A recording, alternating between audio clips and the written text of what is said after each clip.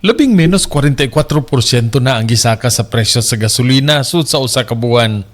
Ug nagpadayon paghihapon ang pagsulbong niini hangtod karon.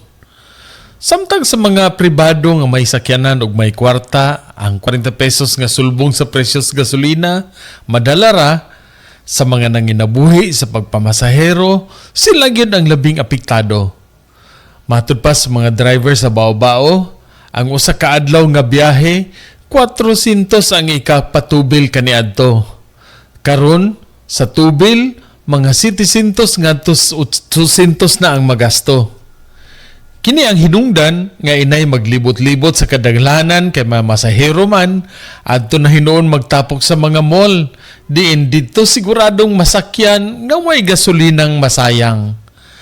Mausab nga agi og paghatag jutay nga kopayan sa mga driver nga tanan, may gitunol ang gobyerno nga temporaryong cash relief assistance. Dinis tagbilaran, dulaan sa 3,000 ka mga drivers ang gihatagan sa tag 5,000 nga cash assistance aron ikaabag sa ilang personal o pagpadayon sa pagpanarbahong panginahanglan. Pahitan po nga nakadawat nga ning ayuda sa ang BBM kuan. Ang katabang kay namo sa mga tricycle driver kay labi na karon may taasan na gasolina.